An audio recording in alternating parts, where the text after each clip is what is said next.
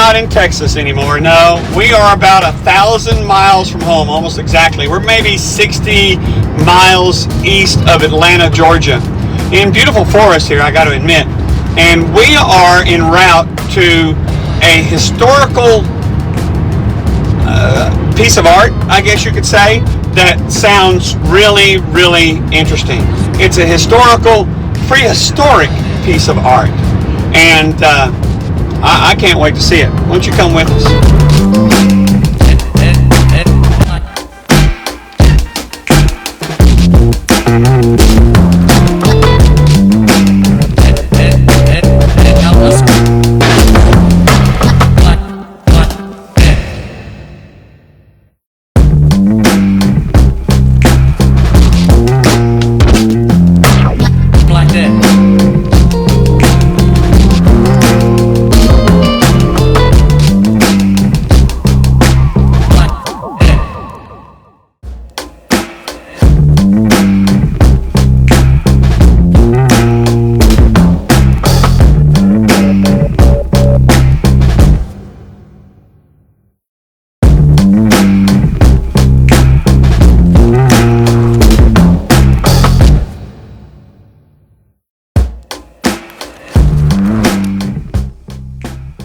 Okay, as you might be able to tell, we are not in Texas right now.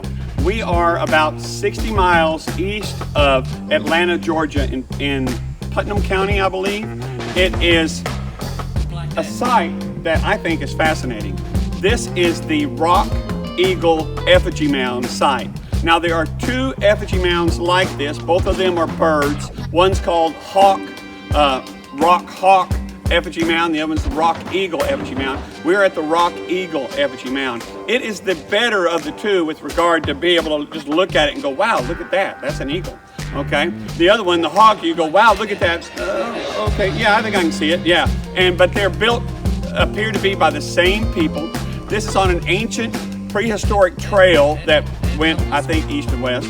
And they're guessing that these things were built maybe 2,000 years ago. There have been different theories on how long ago they were built, but they've settled on somewhere around 2,000, and this is a rough number.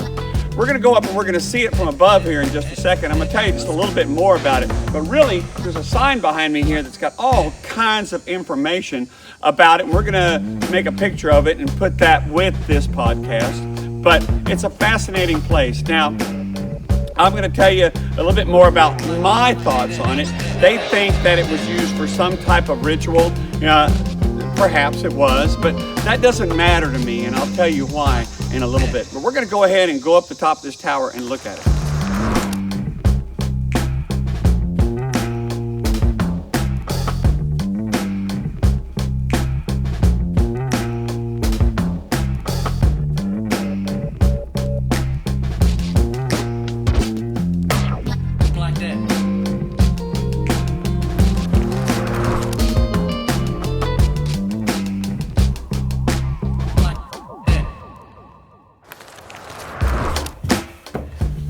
Pretty much have to go all the way up the stairs to the very top level to get the full effect, just to let you know.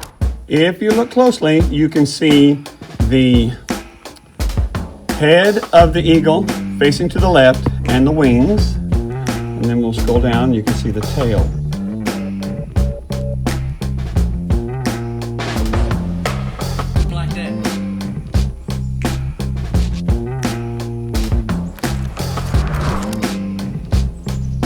Okay, here we are on the top floor of the tower for the Eagle Rock, or Rock Eagle Effigy, okay?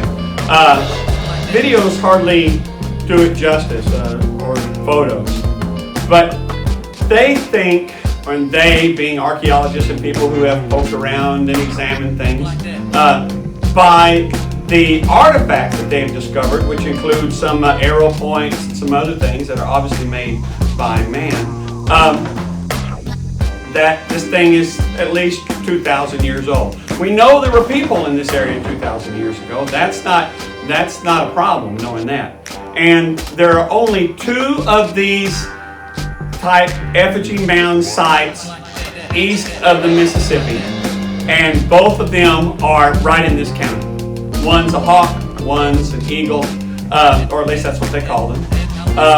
We're familiar with effigy mounds and other type structures all over the Southwest. The mound builders. There's of course the famous Serpent Mound in Ohio, and there are lots of burial mounds even in Georgia from the prehistoric people. But these are the only two effigy mounds for sure that they discovered east of the Mississippi. And to me, that makes it quite interesting, especially since they're so very close to each other.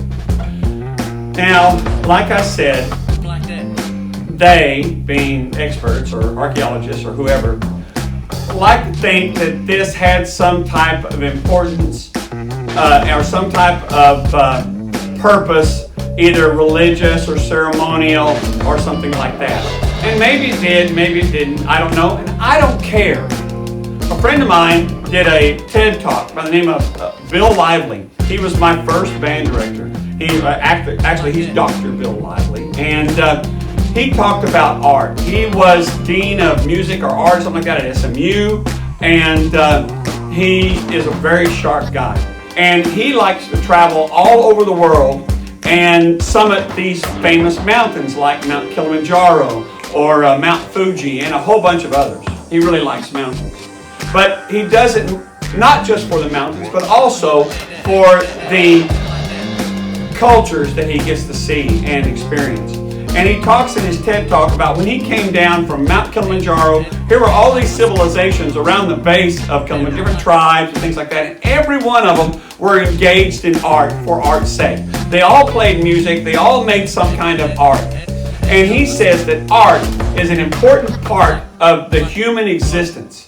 It's something we all have inside of us that we desire to do. You put a toddler on the beach with a stick, he's going to start drawing things in the sand. It's part of the human condition.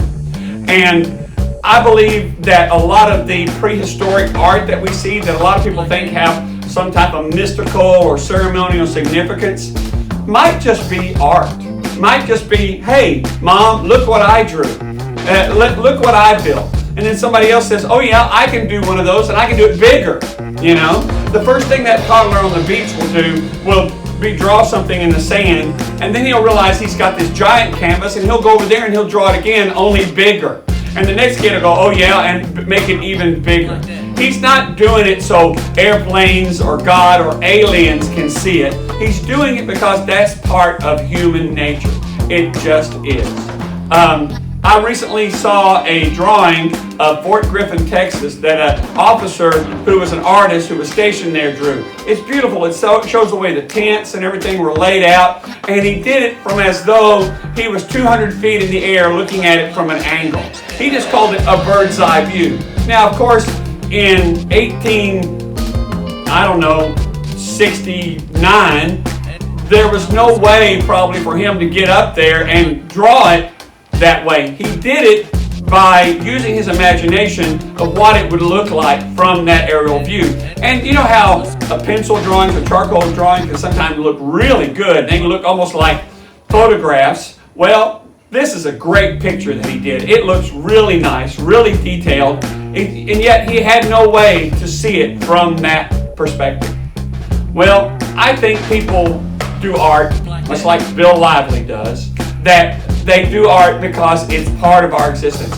And the fact that this thing might not have had any type of religious or mystical or ceremonial significance is okay with me. It's okay that somebody did something so that others could see it 2,000 years later. To me, that's the magical part. Here is some art that somebody did 2,000 years ago that is just beautiful in my mind and special because of that. Not special because, it was magical or anything like that.